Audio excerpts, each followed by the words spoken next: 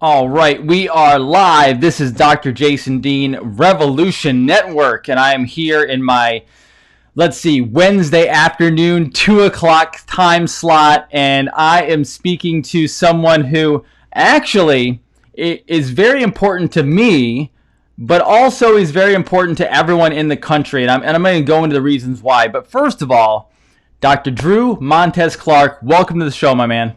Thank you. I appreciate it. Happy to be here. Excited to be here.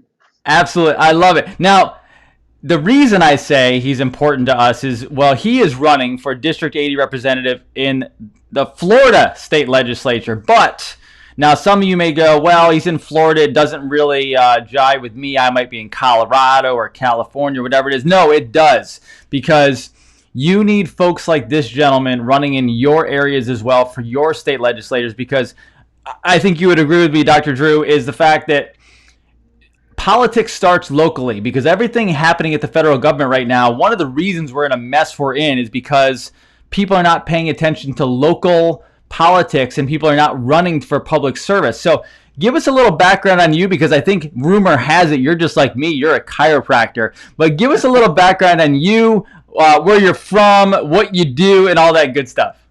Well, I'll tell you like this. I didn't have, prior to probably 5 weeks ago, I had no political aspiration. So I'm a country boy from Virginia.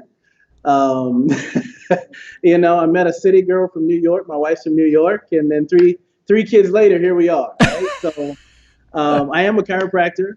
I'm an entrepreneur, and I'm raising a family just like everyone else.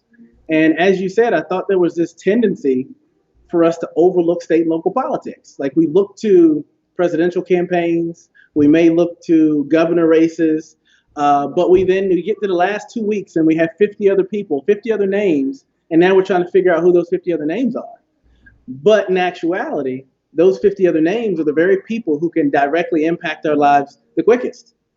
So I saw that, I saw a void, and this all started actually with a Patriot Challenge, is what I call it. So I had gone on like more than a few constitutional rants. Right? It's like when all this stuff started happening, it seemed as though the Constitution was being set aside. It seemed as though faith was being set aside, regardless of what you believe. But decisions were being made based on emotion with no objectivity. And I'm like, I challenged people. And in that challenge, it was called the Patriot Challenge. I said, look at people who are speaking, look at people who are being silent, and take note. If they're voting and doing things contrary to Constitution, then take that to the polls this fall. If you can't find someone, then you run in the fall. And I'm fist bumping and high fiving because I was excited about that post. And then a week later, I read it and I was convicted myself. And here we are. Nice. I love it. Now, I want to dive right into stuff. Well, first of all, I need to have a disclaimer. Is when so Dr. Drew Montez Clark was sent over to me by my good buddy Dr. Brad Glowacki, who's probably going to be watching this. So here's a shout out for Glow, who is a tremendous human being out in California. And he says you got to talk to him. And then I brought him up because we didn't know each other before this, and I'm like, oh, he's in Florida. This is fantastic. But then I saw your lovely wife. And I went, wait a second, she looks really familiar. And then I realized your wife and I were in the same school around the same time. And I'm like, oh my gosh, I'm connected to this family. This is fantastic. And you guys have children. Obviously, you guys sounds like you're raised on pretty conservative, constitutional type values. What are you seeing in Florida, especially, because that's where you're running, but also what are you seeing in the country that has you concerned, that made you want to jump into the race? I think at this particular point, regardless of where we stand, we're at a critical juncture where we're literally, I feel like, fighting for the soul of this country. I had to look in the mirror and I'm like, what type of America do I want my kids to grow up in? Because I had these strong values, but to be honest, I had my head down. My head was down in my practice. My head was down with our family, raising three girls. That takes a rough time in and of itself. But when I looked around and I saw everything that was happening, I began to question what things would look like if I remained silent. And I felt like if I remained silent, then I would be part of the problem. So there's been a few different things that have happened over the last years when you talk about like what's happening in Colorado right now. You know, there are bills that are being pushed past that are disregarding personal freedoms, health freedoms, and taking away parents' rights to choose and giving people options. And this stuff has been trying to sneak in for the last few years. There have been a few select people that have been standing in the way, and it's not just happening in one state, it's happening simultaneously across the US. And for a long time, I feel like we're playing checkers in a game of chess. And I'm like, I don't like feeling like I'm behind the eight ball at all. How do we get out in front of this? And regardless of talking about the efficacy of something, because we can go as deep into that as we want to, but if we simply focus on freedom, it's like, do you believe that you should have the ability to make decisions for your family and yourself? Or are we wards of the state? Does the country own us? And I think everyone can resonate with the fact that regardless of where you stand, I think we all would agree that we should have the right to choose for ourselves and for our families what we believe is best. And I think the Constitution protects that. Absolutely, 100%. And as you've gone around now, because you jumped into this thing, what has been when you go out there and you're talking to people? I mean, especially at this level of state politics, you have to go out and you literally have to meet people at their front door, at events, at everything else. First of all, two-part question. One, how have you been accepted just in general? But also, what are the concerns? What are the people talking about, like on literally, the road? You know, this is a crazy concept at this particular point that I was introduced to the other day. Um, so obviously, let's just address the elephant in the room. I am a black man in America, right? Everyone knows exactly what's happening at this particular point, so everyone wants to talk about that. I mean, obviously. And the thing is I made this statement earlier today. I was talking to someone because they asked me directly about this, and I'm like, it was a friend of mine that made this statement. They said, I'm a adult, which means I'm capable of having the same having multiple thoughts at the same time, really. And that means I can think two things, and I don't have to pigeonhole myself into thinking one thing or the other. And with regard to this Black Lives Matter movement, to address it directly, it's like if I don't support Black Lives Matter, the organization, and people tell me that I don't support Black Lives, and I'm saying that's ludicrous. I am Black. Why would I not support Black lives the same way I support all lives? Why would I not do that? That does not make sense at all. But what's happened is they pigeonhole people into making them believe, or trying to make them believe they can only make one decision, one way or the other. No, I can support Black lives. I can also support all lives. And I do not in any way, any capacity, have to support the organization of Black Lives Matter because it doesn't stand for anything that I stand for. So that's one thing that comes up so much, and people are afraid to say things about it because right now it seems like we have a lot of people that are bowing to the mob. Right. And one of the things with regard to leadership, I was talking to someone the other day about, when you choose a warrior, and I'm using an extreme example, but I think it's applicable because I think we're at war for the soul of this country right now. So it's like when you choose a warrior, you don't choose a warrior based upon how he emotionally or she emotionally appeals to you. I want to know that this person has what it takes to get the job done. They may be a little rough around the edges, but what soldier do you know that you want to back you up if someone's kicking down your door? You don't want them to come in there and bring you flowers and appeal to your emotional side. I want someone to come in there guns blazing and protect and serve, if you will. So it's like we've put people in positions of leadership that lack the strength to stand tall even when it's not popular, and then lack the capacity to themselves be objective. So they're only responding within their small emotional sphere of fear and emotion. So that becomes another problem. This is interesting too. I was talking to, I think it was the Florida Citizens Alliance.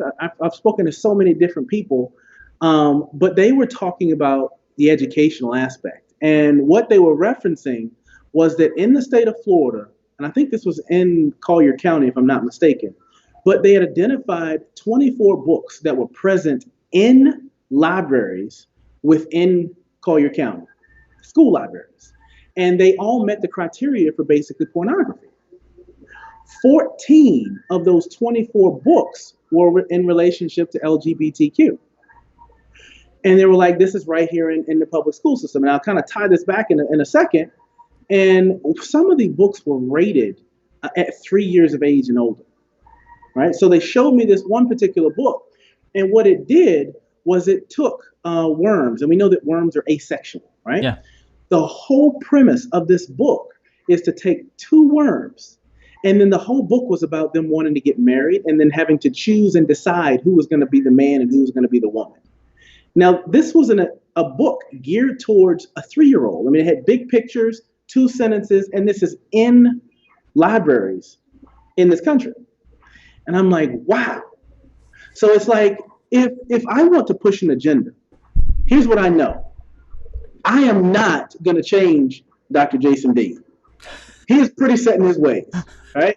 He understands things the way they are. There's no possibility that I'm going to shift you from where you are and take you somewhere else. However, if I can access your kids and I can slowly drip and inundate things on them and introduce these principles and concepts to them, especially in a time where kids are in great proportion are spending more time within the school system than they are at home.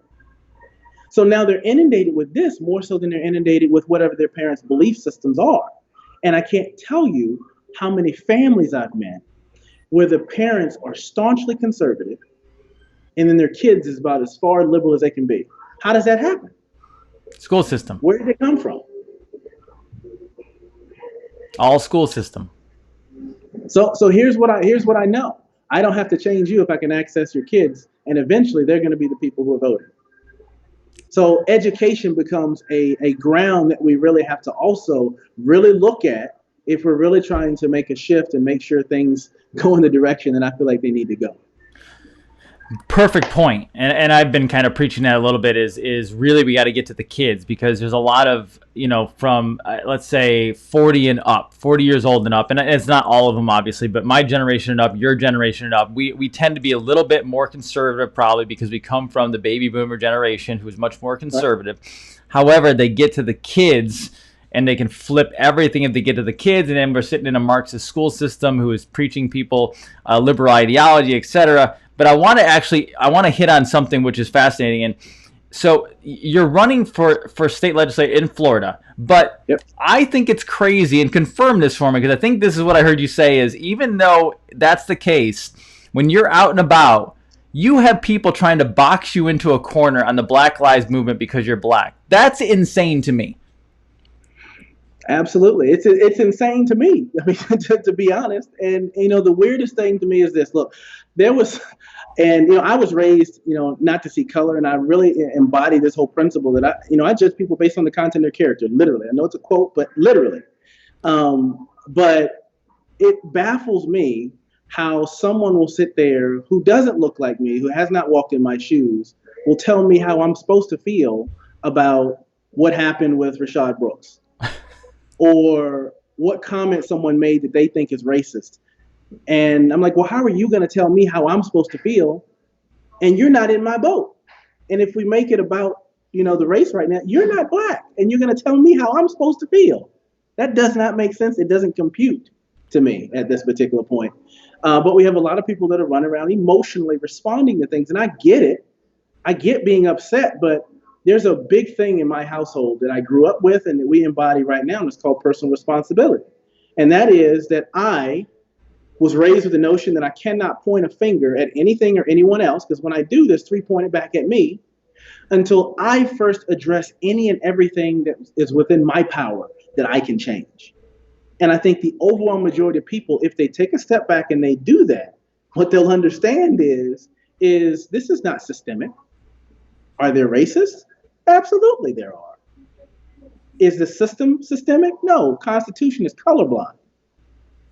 There may be improper application due to people in position, but the Constitution in and of itself is pure and colorblind. We did work on that. Our history is not perfect, but we did end up getting that right at some particular point, right? 100%. So yeah, don't box me in. Don't box anybody else in. And then I was talking to this young family the other day, and they brought up a concept of white guilt. Have you heard of it before? Yeah, This I've concept of heard of it. white I guilt. think it's insane. I was like, wait a minute, what? Explain that to me. What do you mean by that? You It's know, and this college kid is getting shamed and getting labeled with this whole white guilt thing because he's not out doing the particular things that people want him to do, as identifying with Black Lives Matter organization. And I'm like, man, this is insane.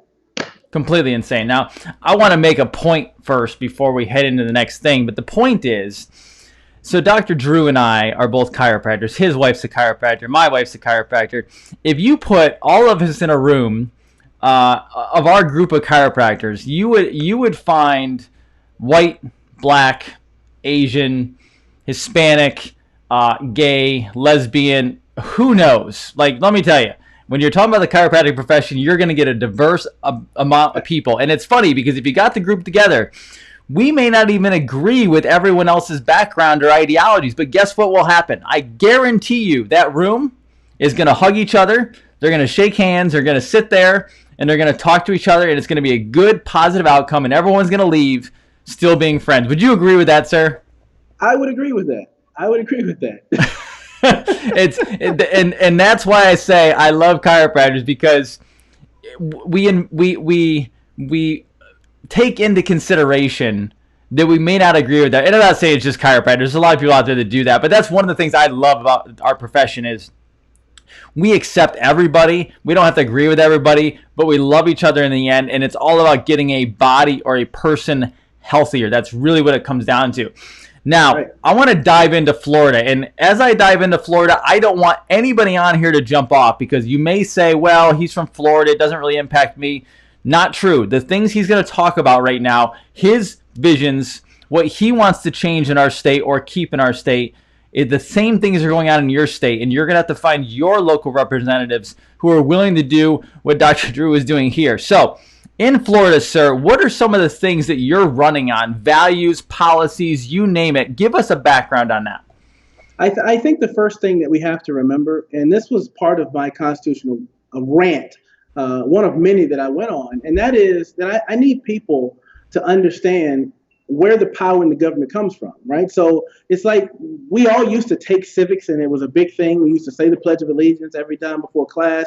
You know, we started removing pieces of that. And it's like if you don't know your rights, then you don't know when they're being taken. And once they're taken, they're very hard to get back if you're willing to put forth whatever energy is necessary to get it back. So don't give it away in the first place.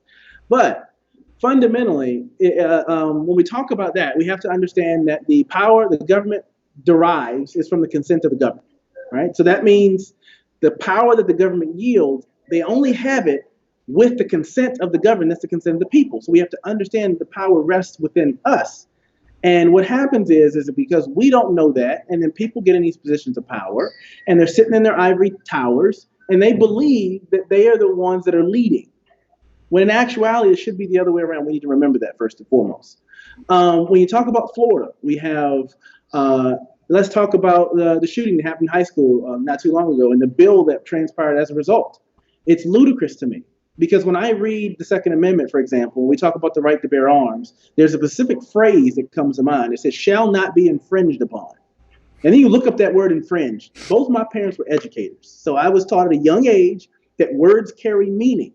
And just because I have a specific narrative, I can't change the definition of a word to fit whatever narrative I'm trying to push at this particular point. So, shall not be infringed upon means you don't touch it in any way, shape, or form. So we take unfortunate incident, the school shooting, and as a result, we raise the age that someone can purchase a weapon from 18 to 21. Now, when I take a step back, I'm like, wait a minute. Now, at 18, you're an adult, right? Which means if you get in trouble, you're charged as an adult. If you want to go fight for our country and give your life for this flag, for this country, you can do that. But we're going to deny you a guaranteed constitutional right, which means to bear arms. It's unconstitutional at its core. So I don't even know how that got on the books. So I'm 100% against that. Something needs to happen with regard to that. On top of that, Um, we can drive a car at 16 years old, which is very arguably a bigger piece of machinery that could hurt somebody than possibly a gun. right. Absolutely. It's ludicrous to me. So that's definitely one thing.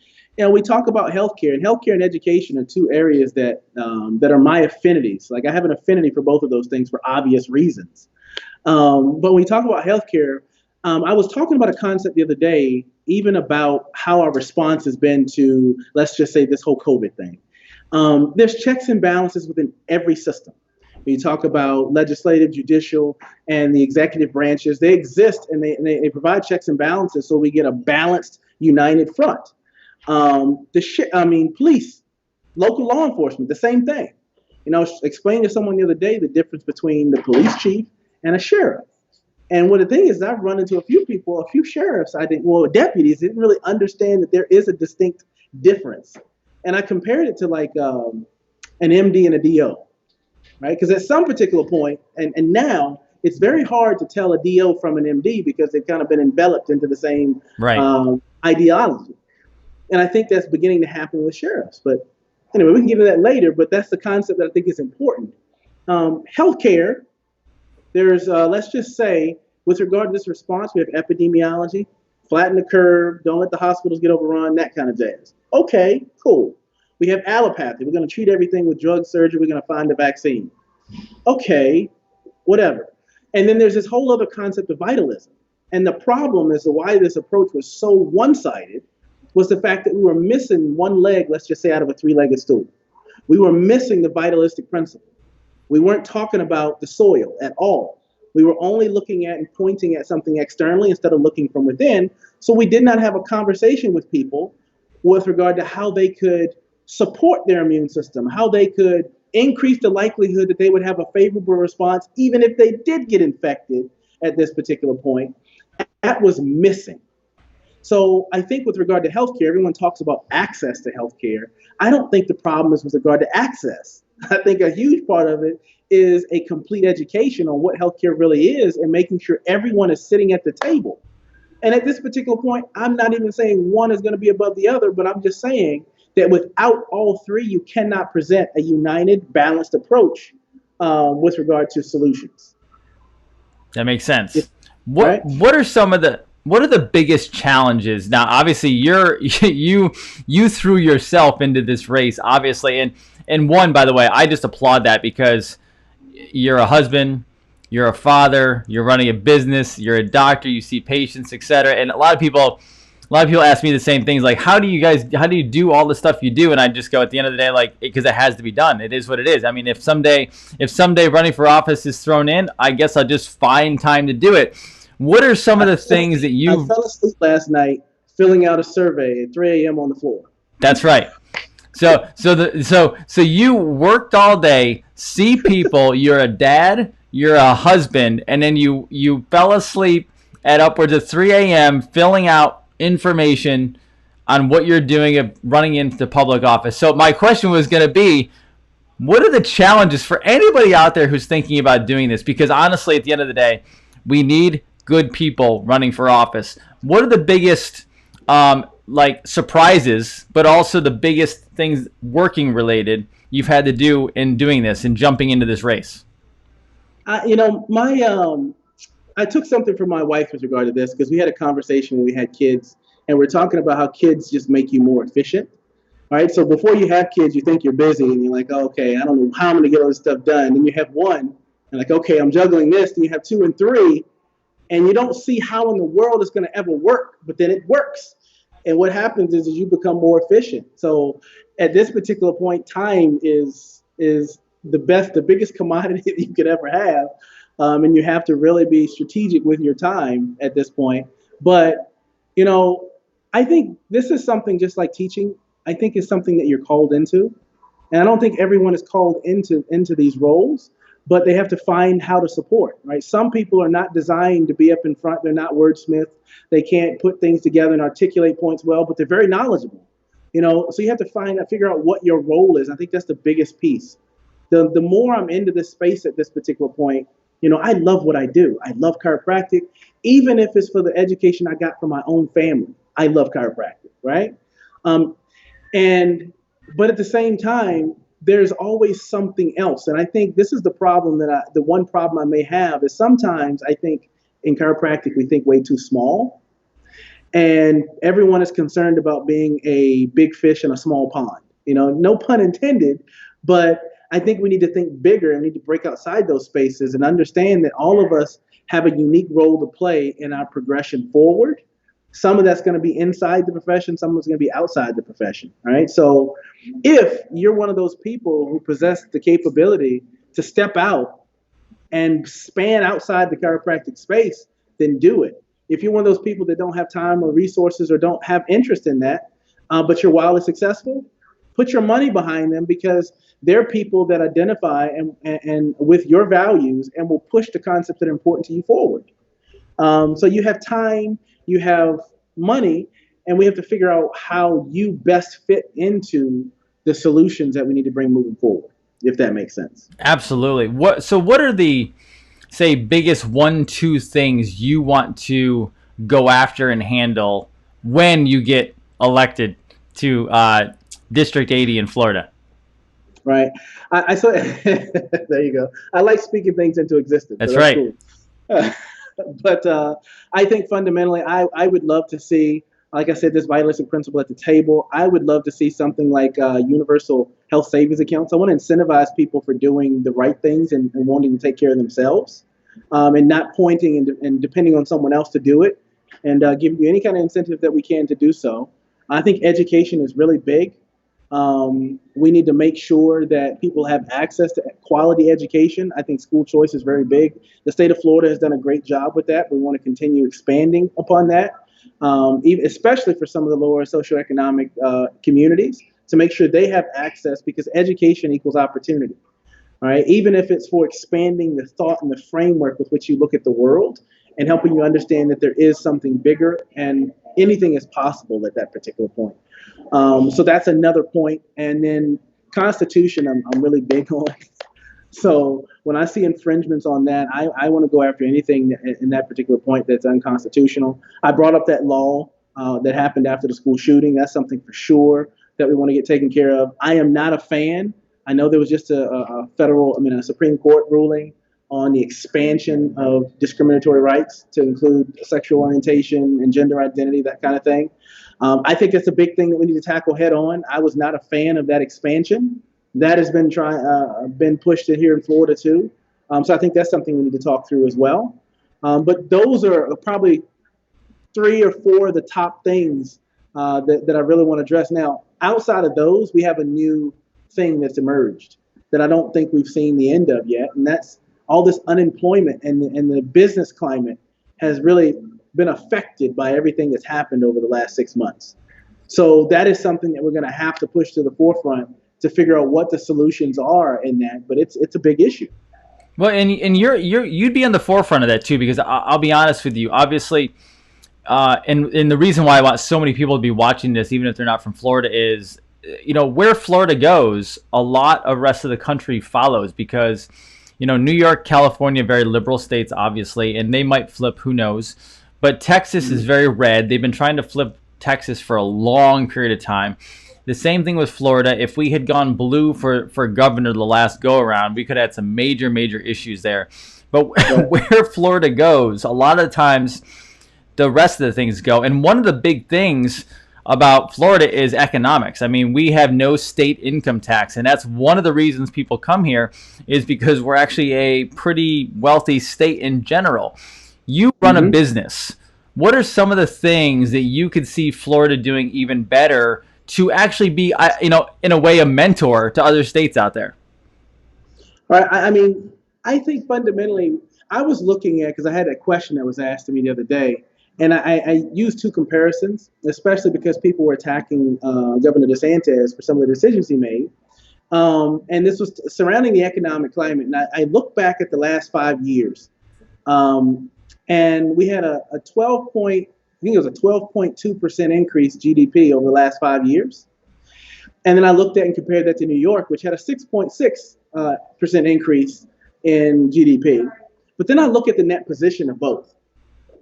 Florida, and don't quote me on the exact number, but Florida, I think, gained 20 plus billion over the last 5 years. So that they gained 20 billion in net position. New York lost over 30 billion. And last year they were running, this is before COVID happened, last year they were running a $12.5 billion deficit in their budget. $12.5 billion deficit in their budget. And this is before all this crisis happened, right? And I looked at this because I saw someone the other day kind of commending, New York and saying, I can't wait to get back. And I'm like, well, you need to look at the data, actually, because the one thing that I dislike is people moving here for all the advantages that Florida provides, but then bringing the same thoughts and policies that they're running away from and trying to enact them here. Like, that's not what attracted you to this area. So I would like to see us expand. I saw, Governor DeSantis moving in the right direction with regard to increase, the bill he signed with regard to teachers' pay. I thought that was a step in the right direction with regard to that. Florida has some big environmental concerns that we need to consider. And I have two different perspectives in this district because the way that my district is separated, one of them is very heavy in agriculture and the other one's not. So we have one side that's looking at, let's just say, the sugar industry, let's just say, and blaming them for all of the issues that we're having with regard to some of the algae blooms and things of that nature. And then you go to the other county and they have a whole different perspective. It's like, okay, I get that, but Big Sugar provides a lot of good paying jobs for this county at this particular point. And we need to look at some things upstream. And it's like there's two different perspectives that we need to address, but environmental right now is big because tourism is so big in Florida. So we definitely need to figure out how to find some solutions that I think there's a creative solution to every problem. So we need to sit down and figure out how to bring a solution about that doesn't hurt sugar, because it does provide a lot of jobs for this area, but at the same time, doesn't hurt the tourism industry because we get shut down for 3 months out of the year because no one can go on the beach and everybody's having respiratory issues. Right. So that's something that's really huge down here that we really need to tackle head on. We've been talking about it, but I don't think we've made enough progress on that at all. Okay, and you make a really good point there too that I'd actually like to bring up that I didn't think we would, but you talk about something like Big Sugar, obviously down in your area, and there's so many people and like, hey, I bang on it all day long. Like, I bang on big oil, I bang on big pharma, all that different stuff. But if you asked me tomorrow if I had the opportunity to shut big pharma down like overnight, would I do it? And I'll be honest with you, I wouldn't. And not because that I support them, but exactly what you just said is those industries are supporting a lot of jobs. If you shut those places down overnight, if you shut big pharma down, if you shut big oil down, if you shut Big Sugar down overnight, you would have a catastrophe of an economic system. So it's not about necessarily shutting them down, even though we don't necessarily agree with them completely. You still have to have a transition in the economy, and that takes people sitting down, getting together at these state legislators' standpoints, getting together at the federal standpoint in Congress, and whatever side of the aisle you're on, or if there's another label you want to put on yourself, libertarian, whatever it is, it means sitting down and doing what is best for not only a district, but also a state and also the country itself. So I think that's a valid point because you can't just shut something down overnight because the ramifications of that could be horrible. Right. And I think you understand. We're seeing that with the decision to shut down the country. It's like, okay, that sounded good in the moment to you, but look at all the collateral damage that's happened as a result. Now, what do you do with that? 100%. Absolutely. So my final question for you before we get some more information on your district so everyone can support you. Final question is, going forward, how do you see not only Florida, but the country over the next year to 5 years? I really believe, and I was putting on some of these posts, that there is a silent majority. There are people who love this country. There are a lot of patriots. And as far as race relations and things of that nature, there are more people, and I adamantly believe this at this particular point, that would stand arm in arm, side by side, against injustice than ever before. All right. So the way we move forward is united. And I think now is the time to stand up and to speak, to not be afraid, to stand tall and not bow to fear, not bow to emotion, not bow to the mob. And I think if we do that and we can awaken this silent majority and move forward strategically, this is a game of chess, not checkers. We're thinking 3 and 4 and 5 moves ahead. Then I like where this country is. I think we have the potential to catapult, especially with the reelection of Donald Trump, into the next 1, 2, 3, 4, 5 years. I don't want to see this country in the unfortunate, unlikely event that Trump is not in the next election cycle. I don't want to think about that, right? So we have the potential to be very great. My role in this is I don't exist according to the mainstream media. It means you cannot have a black, young, conservative male, especially down here in a red, a red state, especially on my side. I don't even think there's even blue over here at all, but on my side for sure.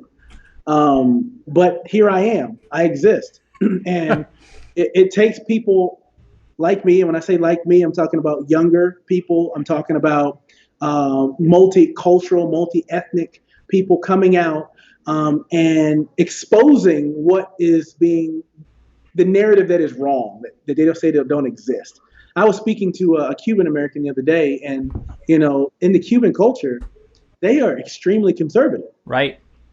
And Cubans are hard on immigration too. Right. You would think because they were, no, they are hard on immigration and conservative. It's like, it's true. Okay. So what we need to reach out to them, and they need to be able to see themselves in this conservative movement. And that's outside of party affiliation, but just the principles around conservatism and free market capitalization and things of that nature. We need to expand that base as we continue moving forward, which means we need to think about what the front of that looks like, right?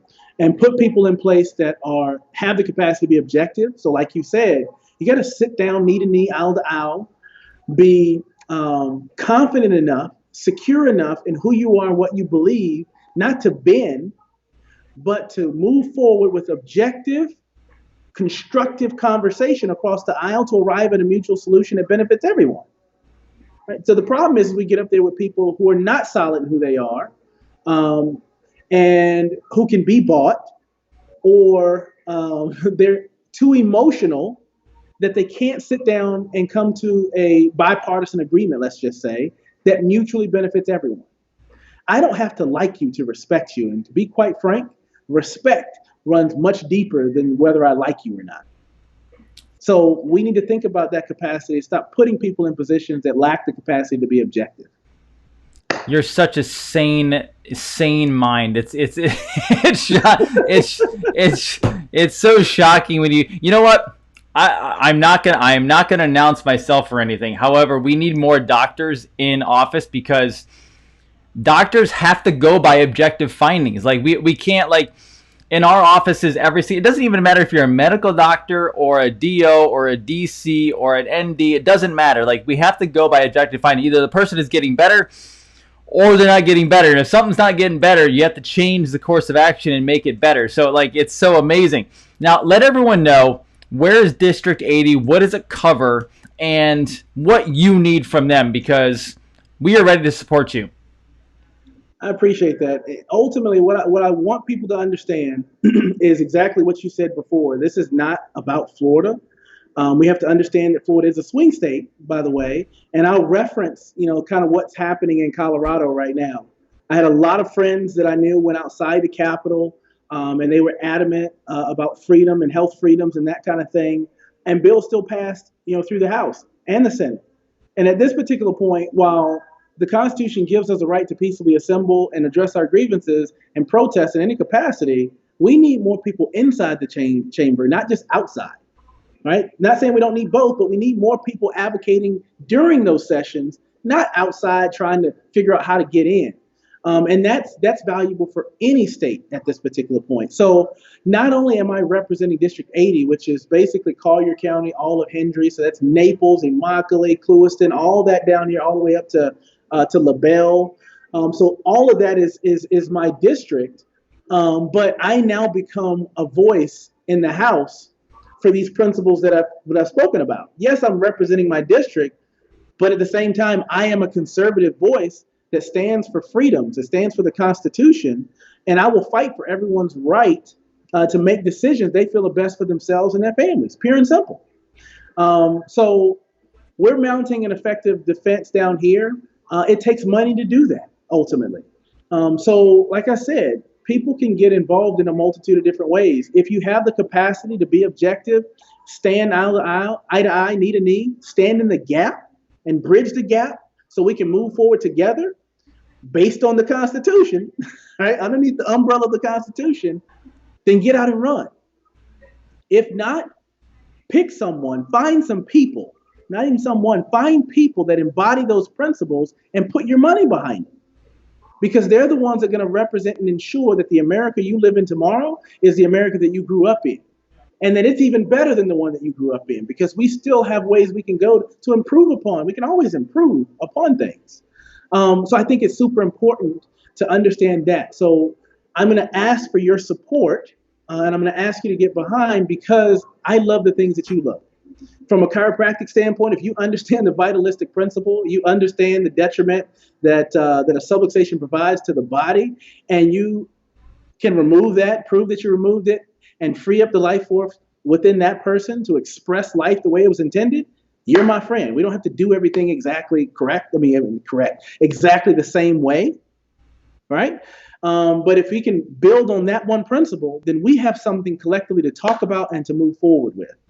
The same thing goes for the Constitution. My promise to everyone is that I'm going to filter everything that I get through that Constitution. If it checks out, if it cuts the mustard, then I'll represent that voice in a chamber or wherever, in every conversation I have, right? So with that in mind, I'm going to ask for your support. And my website is actually, you have to make sure you put the HTTPS in front of it, right? Because it has to be secure. But www.drewmontezclark.com/donate. On Facebook, Twitter, social media, my handle is Drew Montez, Montez Clark, across all platforms. So engage with me, comment. I love conversation. Even if it's not conversation I completely agree with, I love to engage it, because I believe this. I committed to a path of growth a long time ago, which means that I'm willing to put everything I believe on the table, because I believe one or two things happen. Either you show me a perspective or a vantage point that I was unaware of and I'm forced to grow, or you further solidify an understanding that I had already, and now become even more emboldened in what I'm standing for. Both of those are very beneficial for me and very beneficial for the people that I hope to serve. So that is me in a nutshell. That is how you can get involved. That is how you can support. So yeah. Beautifully stated. I appreciate it. And by the way, just so you know, sir, I am batting 1,000 because Lauren Boebert won her primary last night in Colorado. Nice. So we need you winning. So everyone's going to go follow you. I appreciate that. Again, it's Dr. Drew Montez Clark. Sir, I thank you for being a warrior. I thank you for being a patriot. I thank you for helping people every single day in your practice. Let them know where you are in case they want to come see you from a chiropractic standpoint too. Absolutely. Our office is in beautiful Southwest Florida, in Bonita Springs, Florida, right above Naples. Once you come down here, I guarantee you won't want to leave, but it's okay. I understand.